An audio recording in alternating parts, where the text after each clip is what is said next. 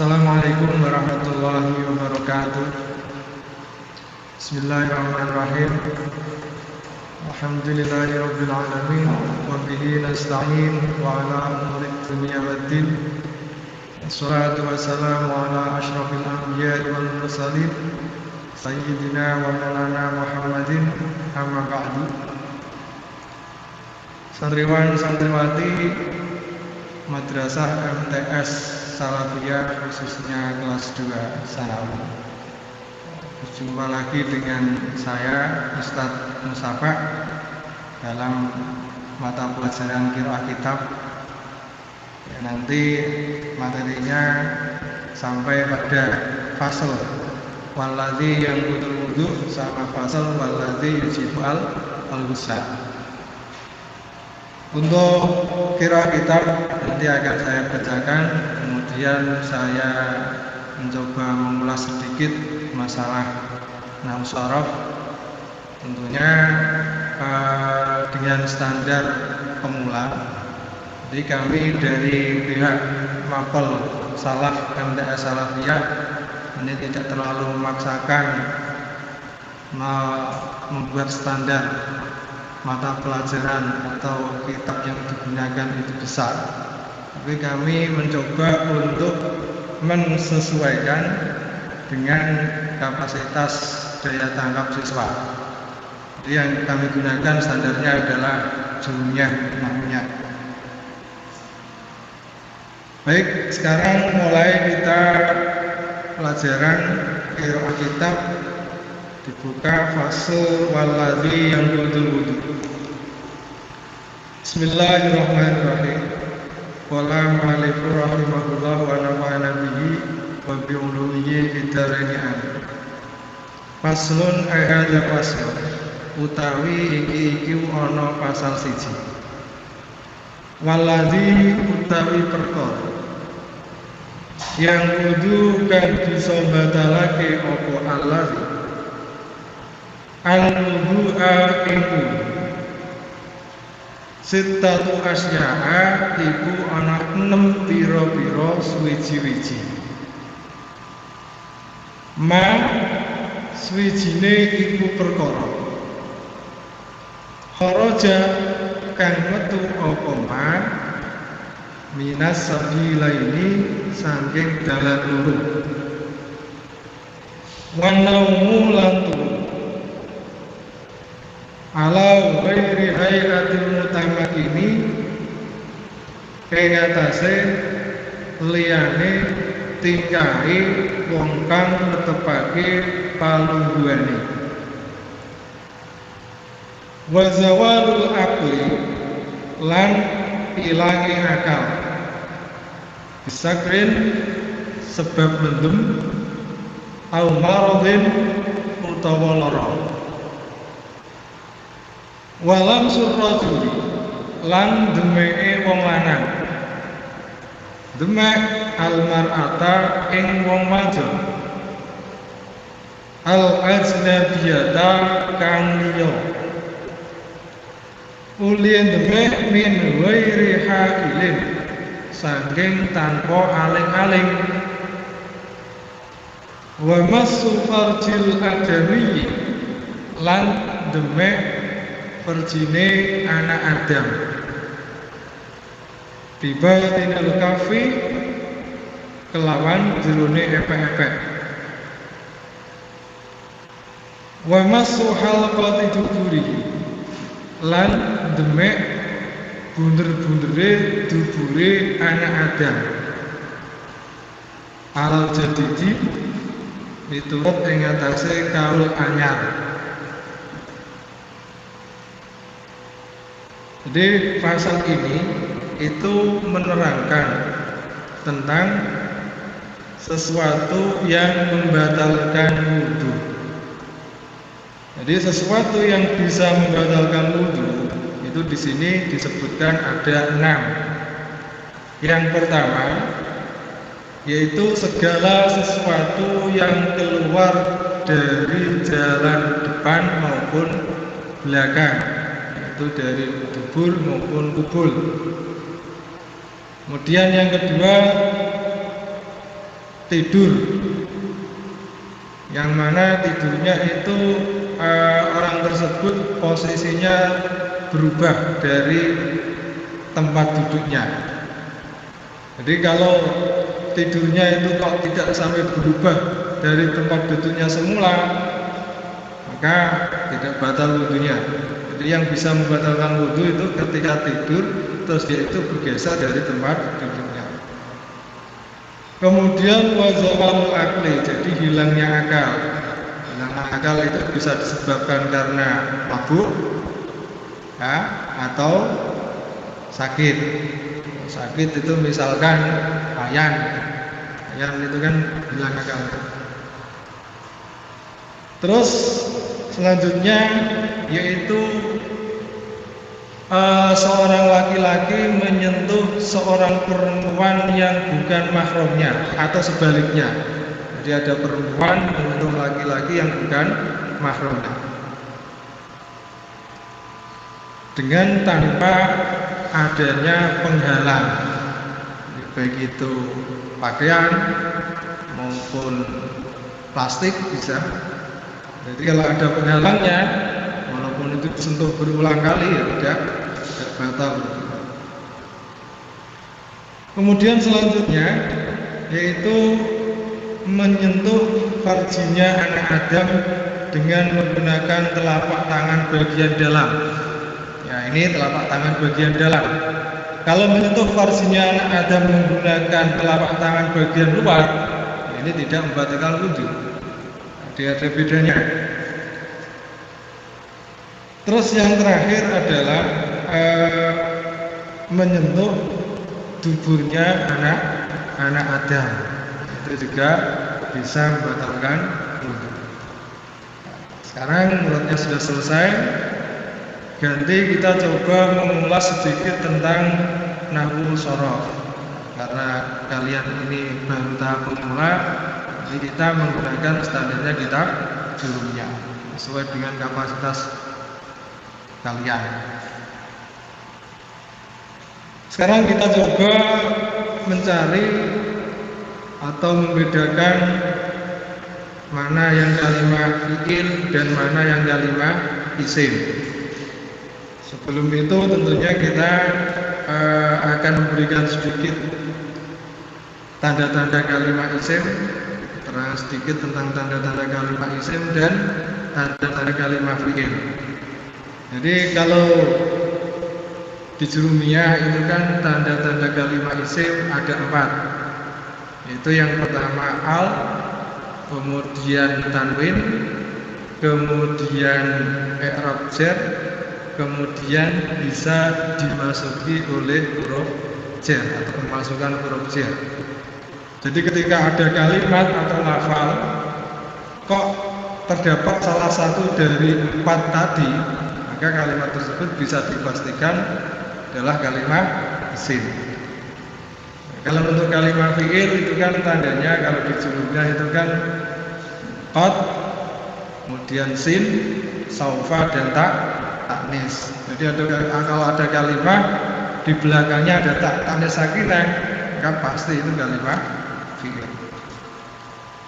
Sekarang kita coba cari mana kalimat fi'il, mana kalimat isim. Kita mulai dari lafal waladzi. Perhatikan tadi termasuk tandanya kalimat isim adalah al.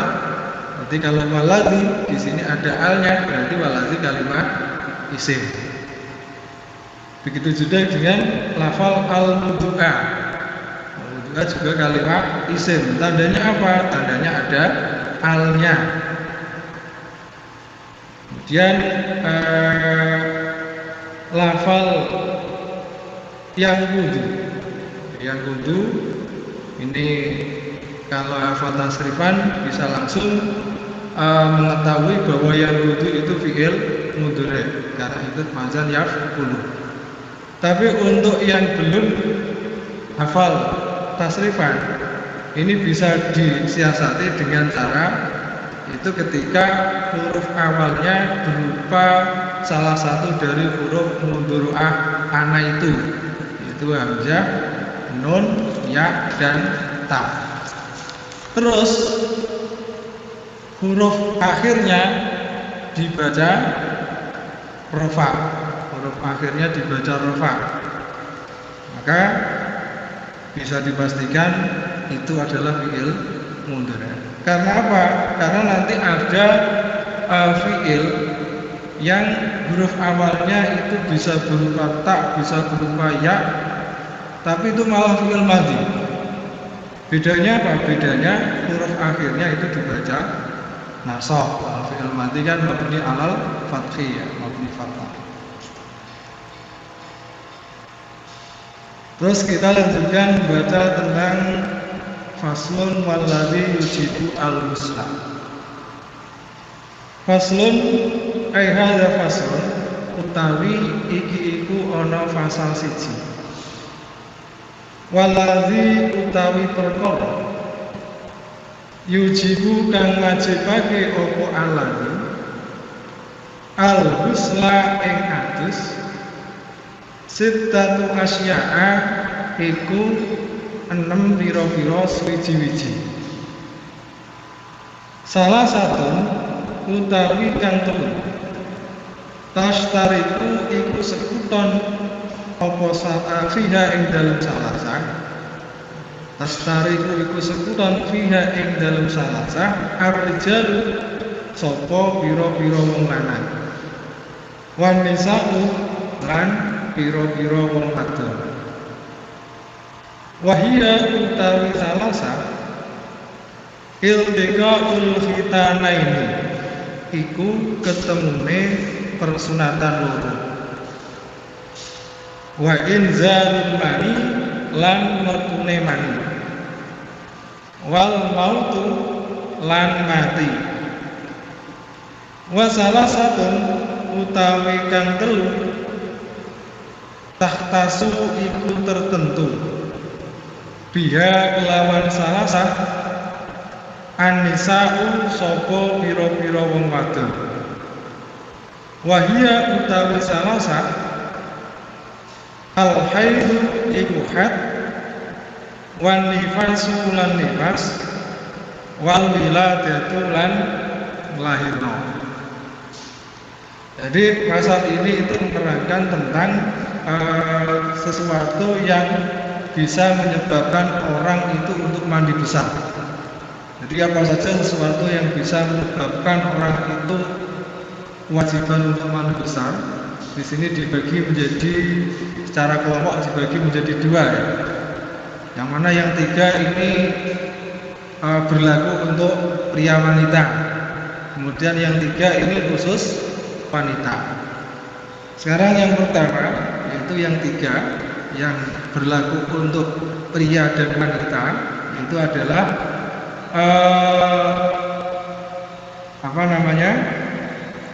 bertemunya persunatan loro itu apa ya? Sebenarnya persunatan loro itu bahasanya ya ginilah, bertemunya dua alat reproduksi wanita maupun pria, senggama kalau bahasa halusnya senggama. Terus yang kedua adalah inzalul mani. Inzalul mani itu keluarnya mani. Jadi lewat apa saja asal maninya bisa keluar, maka dia wajib mandi. Tidak harus melakukan hubungan suami istri. Jadi mimpi keluar mani, ya, wajib mandi. Terus membayangkan fantasi terus keluar mani, nah itu juga bisa mewajibkan seseorang untuk mandi besar. Kemudian yang ketiga adalah meninggal. Meninggal ini kan wajib untuk mandi, cuma karena nggak bisa mandi sendiri, jadi yang benar-benar wajib untuk memandikan adalah orang yang masih hidup. Itu tadi kan ada 6, yang 3 itu berlaku untuk wanita dan perempuan. Nah sekarang yang tiga bagian yang kedua yaitu ada 3, itu berlaku untuk perempuan saja. Ini khusus untuk perempuan. Apa saja itu? Di sini disebutkan adalah datang bulan. Datang bulan itu seorang wanita mengeluarkan darah di usia yang sudah menginjak 9 tahun dan tidak karena adanya suatu penyakit maupun tidak disebabkan karena proses mau melahirkan. Itu namanya datang bulan. Jadi kalau ada wanita keluar darah tapi usianya kok belum 9 tahun, mungkin 8,5 keluar darah, nah itu tidak disebut dengan darah datang bulan. Terus nifas. Nifas itu apa sih? Nifas itu darah yang keluar setelah wanita itu melahirkan. Jadi ketika ada wanita melahirkan terus keluar darah, terus darahnya berhenti, maka wanita tersebut wajib untuk mandi besar. Yang ketiga adalah wiladah. Wiladah itu adalah melahirkan. Jadi begitu melahirkan selesai, wajib mandi besar. Itu keterangan tentang fasal waladhi yujibu al-ghusla. Sekarang kita coba nahwunya sedikit. Kita coba ulas masalah nahwu sharafnya sedikit. Tadi sudah dijelaskan bahwa termasuk tandanya kalimat isim itu adalah tanwin. Sekarang kita cari lafal mana yang ada tanwinnya. Jadi misalnya waladhi yujibu enggak ada, al-ghusla enggak ada, sitatu asya'a itu ada tanwinnya tapi dibuang. Berarti kalimat isim sitatu. Kemudian salah satu, nah ini salah satu. Jadi salah satu kalimat isim. Kenapa kok disebut kalimat isim? Karena ada tanwinnya. Yang perlu diingat, kalau ada tanwinnya tidak ada alnya. Jadi kalau ada alnya jangan dibaca tanwin. Misalnya al-ghuslan tidak boleh dibaca al-ghuslan, tapi harus dibaca al-ghusla karena sudah ada alnya. Jadi tidak bisa kumpul antara tanwin dengan al, itu tidak bisa dikompromikan. Kemudian tastariku. Tastariku ini kalimat fi'il. Fi'il apa? Fi'il mudhari'. Kalau hafal tasrifan pasti tahu, langsung tahu, nggak usah lari mikir karena dia ikut wazan apa tastariku. Ta'ala yafta istaroka yastariku. Kalau nggak tahu ya itu tadi bisa dilihat huruf awalnya ketika merupakan salah satu dari huruf ana itu, terus huruf akhirnya dibaca rofa, ya maka dia pasti fi'il mudhari'.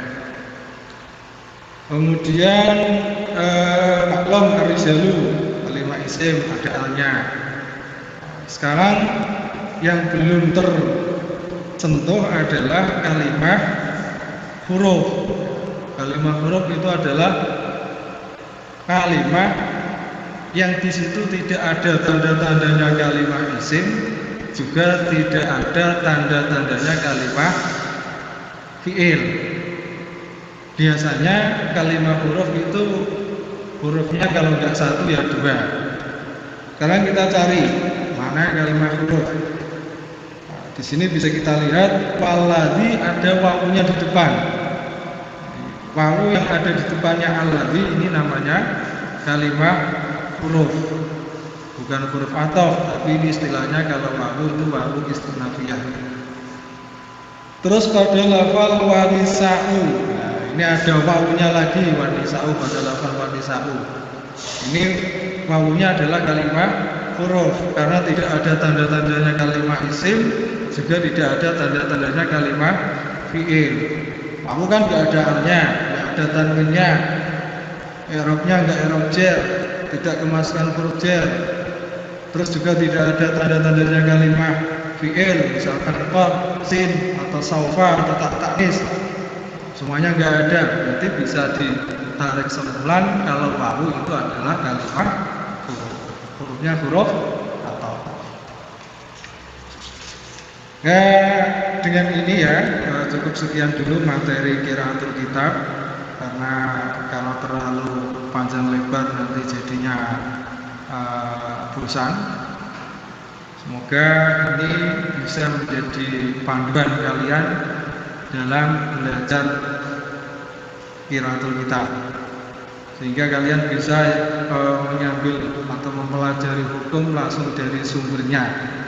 Karena sekarang ini di medsos kan banyak soal pinter-pinteran, Mbah Google itu kan lebih pintar. Cari apa saja, hukum apa saja sama Mbah Google pasti dijawab. Tapi belum tentu benar. Karena di Google itu kan siapa saja bisa posting, siapa saja bisa upload, tanpa kita ketahui apakah yang posting itu benar-benar kompeten di bidangnya atau tidak. Jadi kalau kita bisa baca kitab, maka kita bisa langsung belajar mencari hukum langsung dari sumbernya. Bismillahirrahmanirrahim. Faslun hadza faslun utawi iki iku ana pasal 1. Wa faraidul husn utawi pira-pira perdune adus. Salah satu asya'a iku ana telu pira-pira suwiji-wiji. Aniyatu suwijine iku niat. Wa izalatun najasati lan ngilangi najis. Ingkanat lamun ana apa najasah ala badanihi iku tetep ing atase badane wong. Wa isalul ma'i lan numekaake banyu ila jamil isyari tumeka maring sekabehane rambut wal basyarati lan kulit. Wa sunan utawi pira-pira kesunahane adus satu asya'a iku ana 5 pira-pira suwiji-wiji. At-tasmiyatu suwijine iku maca bismillah. Wal wudu'u lan ing dalem sedulure adus. Wa irrarul yadi lan lakokake tangan alal jasadi ing atase awak. Wal walatu lan nuli-nuli. Wa taqdimul yumna lan dhisikake anggota kang tengen alal yusra ngarekake anggota kang kiwa. Jadi pasal ini menerangkan tentang fardu-fardunya mandi. Ini disebutkan bahwa fardu-fardunya mandi itu ada 3. Jadi ada 3 hal yang harus dipenuhi ketika sedang melakukan mandi besar. Yang pertama tentunya adalah niat. Karena niat ini termasuk yang membedakan antara ibadah dan yang tidak ibadah. Terus wa izalun najasati, menghilangkan najis yang ada pada badan. Jika memang di tubuhnya itu ada najisnya. Jadi ketika mandi besar kok masih ada najisnya di tubuhnya, ya mandinya belum bisa dikatakan sah. Terus yang ketiga adalah mengalirkan air ke seluruh tubuh, baik itu rambut maupun kulit. Jadi harus rata kena air. Kemudian sunah-sunahnya mandi. Sunah-sunahnya mandi di sini ada 5. Yang pertama adalah membaca basmalah. Jadi segala sesuatu yang baik itu disunahkan untuk membaca basmalah. Kemudian wudu terlebih dahulu. Jadi sebelum melakukan aktivitas mandi besar disunahkan untuk wudu terlebih dahulu. Selanjutnya wa imrarul yadi alal jasadi. Jadi meratakan air ke seluruh tubuh menggunakan tangan. Jadi, kemudian wal mualatu. Jadi terus menerus. Mualatu itu terus menerus. Tidak boleh kalau ingin mendapatkan kesunahnya jangan dicicil mandinya. Misalkan keluar maninya malam hari, terus dicicil. Yang bagian kepala dulu dibasahi, terus dilanjutkan besok paginya mandi. Ya sah, namun tidak dapat kesunahnya wal mualatu. Terus yang terakhir itu mendahulukan anggota tubuh yang bagian kanan. Jadi mendahulukan anggota tubuh yang bagian kanan, mengakhirkan anggota tubuh yang bagian kiri. Itu kesunahannya mandi. Nah, sekarang kita coba mengulas nahwunya. Kalau pertemuan pertama kita sudah membahas tentang apa itu kalimat fi'il, isim, dan huruf. Sekarang kita coba membahas tentang masalah mubtada dan khobar. Mubtada perlu diketahui, mubtada itu adalah isim ma'rifat yang dibaca rafa, yang jatuh di awal kalimat.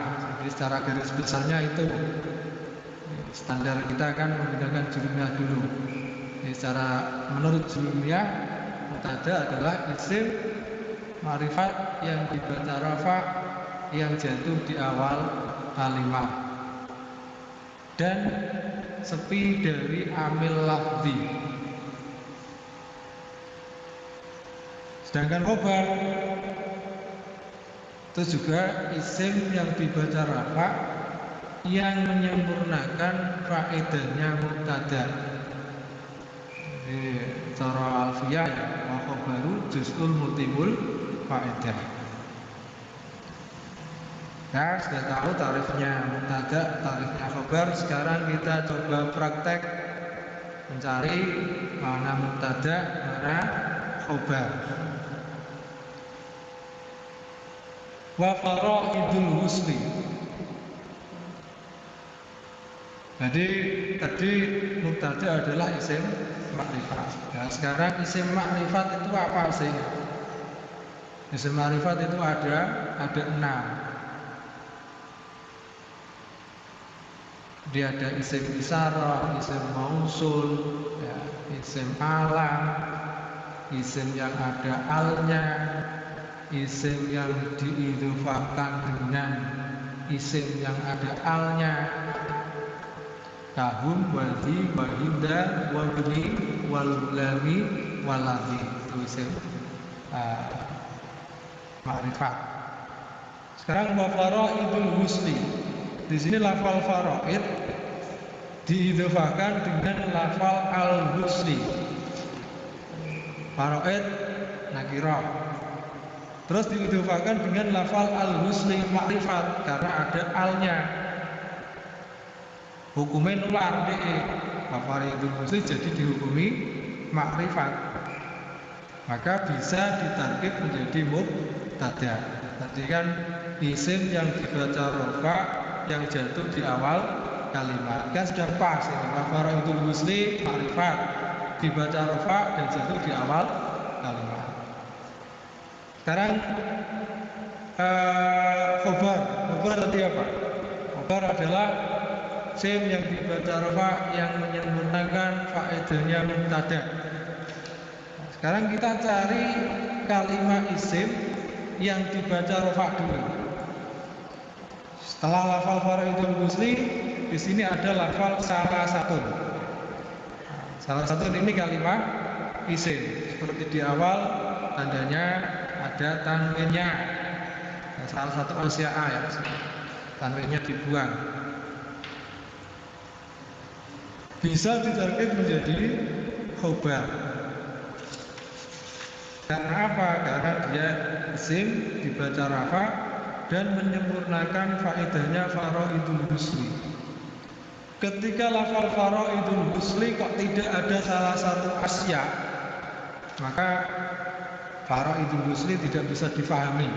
Perdu-perdunya mandi kan masih butuh pertanyaan. Apa perdu-perdunya mandi itu kan seperti itu. Kemudian dijelaskan salah satu asya. Di fardu-fardunya mandi itu ada 3. Hal 3 ini kan menyempurnakan faedahnya faraidul husli, sehingga dengan adanya salah satu asya mukhatab, orang yang diajak bicara sudah tidak bertanya lagi. Itu namanya mutimbul faedah, menyempurnakan faedah. Sekarang kita cari lagi, ada enggak mubtada yang lain selain faraidul husli? Kita mulai dari wasunanuhu. Wasunanuhu ini ada isim sunanun nakirah diidhofahkan dengan isim dhamir. Yang mana tadi dijelaskan bahwa isim dhamir termasuk isim ma'rifah. Maka ketika ada isim nakirah diidhofahkan dengan isim ma'rifah, hukumnya pun menjadi ma'rifah. Kalau begitu sah-sah saja jika ditakib menjadi mubtada, karena sesuai dengan takrifnya, yaitu isim ma'rifat yang dibaca rafa yang jatuh di awal kalimat. Khobarnya mana? Sama, khamsatu asya. Jadi lafal khamsatu asya itu menyempurnakan faedahnya daripada lafal wasunanuhu, sehingga menyebabkan mukhatab, orang yang diajak bicara itu sudah tidak perlu bertanya lagi, artinya sudah paham. Sekarang kita coba cari yang kalimat huruf lagi, ya, yang kalimat huruf lagi. Wawu jelas kalimat huruf, tidak ada tanda kalimat isim, tidak ada tanda kalimat fi'il. Kemudian ala juga kalimat huruf, karena di situ tidak ada tanda-tanda kalimat isim dan juga tidak ada tanda-tanda kalimat fi'il. Ala itu huruf apa? Ala itu huruf jar. Huruf jar itu ada berapa? Itu min, ila, an, ala, fi, ruba, ba, kaf, lam, huruf besar. Jadi secara global ada 10, meskipun huruf qasamnya ada 3.